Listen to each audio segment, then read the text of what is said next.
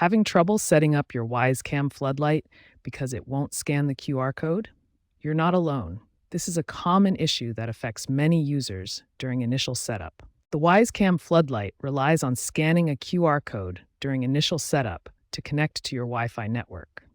The camera focuses on the QR code displayed on your smartphone, processes the image to decode your Wi-Fi credentials, and then establishes a connection.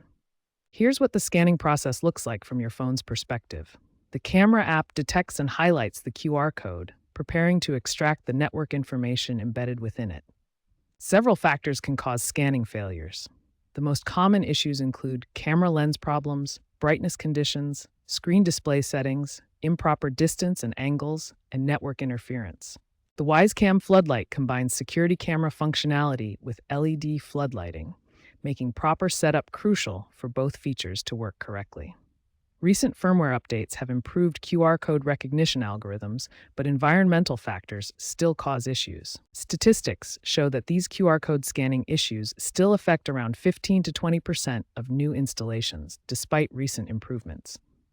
Understanding these common problems is the first step toward successful setup. First, let's address the most common issue: a dirty or damaged camera lens. This simple step resolves scanning problems in about 40% of cases. Next, optimize your lighting conditions. The ideal range is 500 to 1000 lux of ambient lighting. Avoid direct sunlight, which can cause glare and scanning failures. Now optimize your phone's screen settings.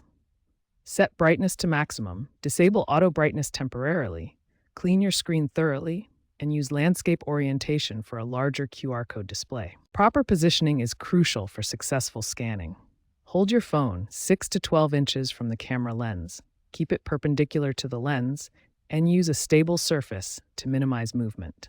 If QR code scanning still fails, try these alternative methods. Use the manual Wi-Fi entry option in the Wyze app, ensure you're connected to a 2.4 GHz network, and perform setup close to your router. Finally, here are professional installer recommendations. Complete the initial setup indoors under controlled lighting conditions. Use a tablet instead of a phone for a larger QR code display, and keep backup Wi-Fi credentials ready. Following these steps should resolve your QR code scanning issues and complete your Wyze Cam Floodlight setup successfully.